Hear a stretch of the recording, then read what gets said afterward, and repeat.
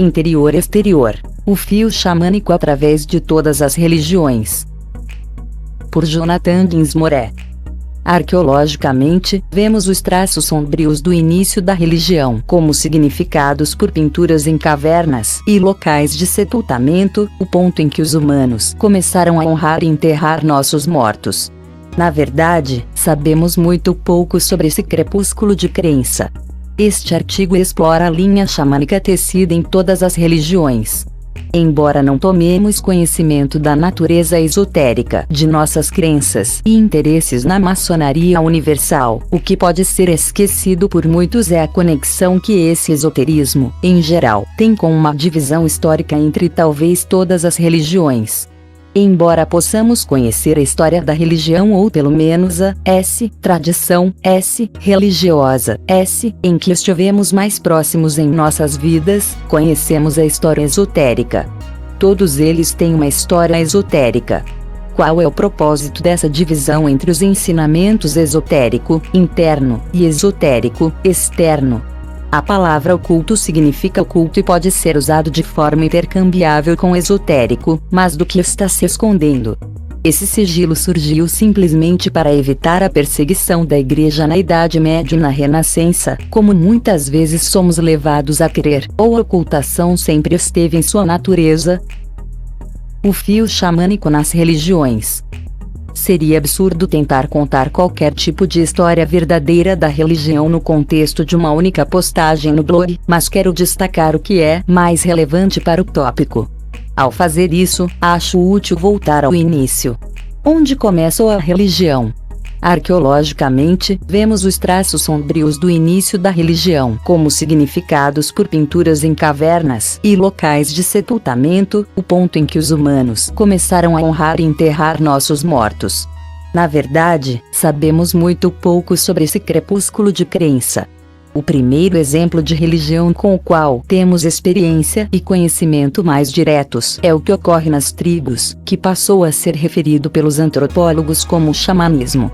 Vemos xamãs nas tribos indígenas que encontramos e estudamos nos tempos modernos, e assumimos que esse sistema deve estar presente desde o início e que essas pessoas servem como um vislumbre de nosso passado. Por enquanto, trabalharei com essa suposição sem questionar. O xamanismo envolve uma minoria da tribo, geralmente apenas um xamã e um ou mais aprendizes, servindo como interface entre os reinos espirituais e a tribo.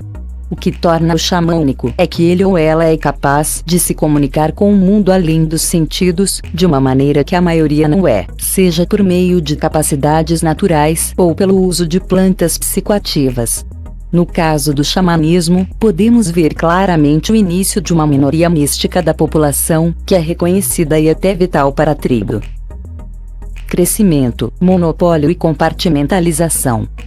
À medida que avançamos na trajetória progressiva da civilização, vemos o mesmo padrão, mas com mudanças ao longo do tempo. À medida que as pessoas desenvolviam reinos e civilizações maiores, elas também começaram a construir estruturas separadas dentro de cada cidade, e os templos emergiram como espaços exclusivamente dedicados à interface com o divino. É interessante notar que, assim como os vários edifícios isolavam fisicamente cada área da vida, com o governo aqui, o mercado ali, etc., também a religião começou a se separar. Tornou-se cada vez menos tecido em toda a vida, como foi o caso da tribo, e tornou-se algo que você faz lá especificamente. Além disso, podemos até dizer que esse foi, de fato, o começo da religião, na medida em que a religião descreve um domínio específico e separado da atividade humana. Se for esse o caso, podemos reconhecer que o surgimento da religião foi um produto da divisão da vida em categorias e, simultaneamente, uma continuação da tradição xamânica. Tudo isso também era relevante principalmente nas cidades, enquanto as pessoas que viviam nas aldeias ainda contavam com figuras xamânicas durante a maior parte do tempo, até o sacerdócio da cidade começar a substituir os xamãs e os druidas por padres. Até onde sabemos, o lado esotérico da religião também emergiu durante esse período. Grécia e Roma tinham suas escolas de mistérios, os reinos hindus tinham seus brahmanes e yogis, Israel seus profetas e depois seus cabalistas, etc. No entanto, esse misticismo não estava necessariamente separado do sacerdócio. Na Grécia Antiga, por exemplo, era esperado ou mesmo exigido que passassem pelas iniciações, a fim de ser sacerdote ou, nesse caso, qualquer outro membro importante e influente da sociedade.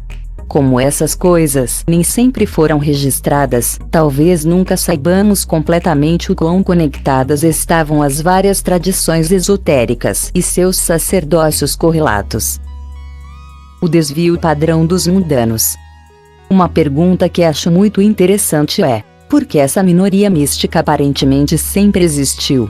Eles são simplesmente aqueles que são mais inteligentes, menos neurotípicos, mais propensos a fazer a transição entre diferentes estados de consciência ou mais propensos a experimentar drogas psicoativas. Ou poderia ser alguma combinação de todas essas coisas? É comumente entendido que muitas coisas, incluindo características humanas como altura, QI, pressão arterial e salários, ocorrem na forma de uma distribuição normal ou curva de sino. Isso significa apenas que, quando você as plota em um gráfico, a maioria é normal e, portanto, o meio do gráfico é o maior, e quanto mais longe do normal você fica em qualquer direção, mais ele desce, como as bordas de um sino, com menos pessoas sendo anormais. Será que qualquer característica ou coleção de características contribui para que alguém se abra e seja capaz de abraçar o lado místico da vida mais completamente e é simplesmente sempre uma minoria de pessoas nas bordas do sino? E o resto das pessoas, que vivem no meio dessa curva de sino, que são normais? Por que eles devem ser separados? Isso será leite ou sólidos? Para a maioria de nós que se encontra no final místico da curva, a experiência de vida nos ensinou que aqueles que habitam o reino da normalidade geralmente não estão dispostos ou são capazes de entender muitos dos conceitos mais profundos, por qualquer motivo. Parece muitas vezes que o que eles precisam é exatamente o que a religião esotérica fornece: histórias e conceitos simplificados que podem dar sentido e propósito às suas vidas, mas que os mais misticamente inclinados achariam que falta. Talvez seja exatamente por isso que a religião esotérica foi criada. Em algum momento, os herdeiros do fio xamânico entenderam o que Jesus expressou quando seus discípulos perguntaram por que ele deveria falar em parábolas às massas.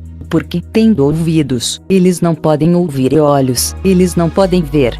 Das muitas tradições esotéricas, a maçonaria serviu como refúgio e veículo ideais para os místicos.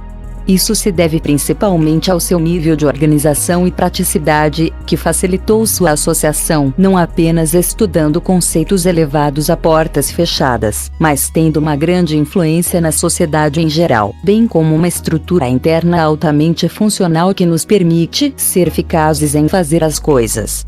Embora o leite das parábolas seja suficiente para a maioria, para aqueles que buscam alimentos mais sólidos, damos as boas-vindas aos sinceros que buscam a verdade de todos os tipos.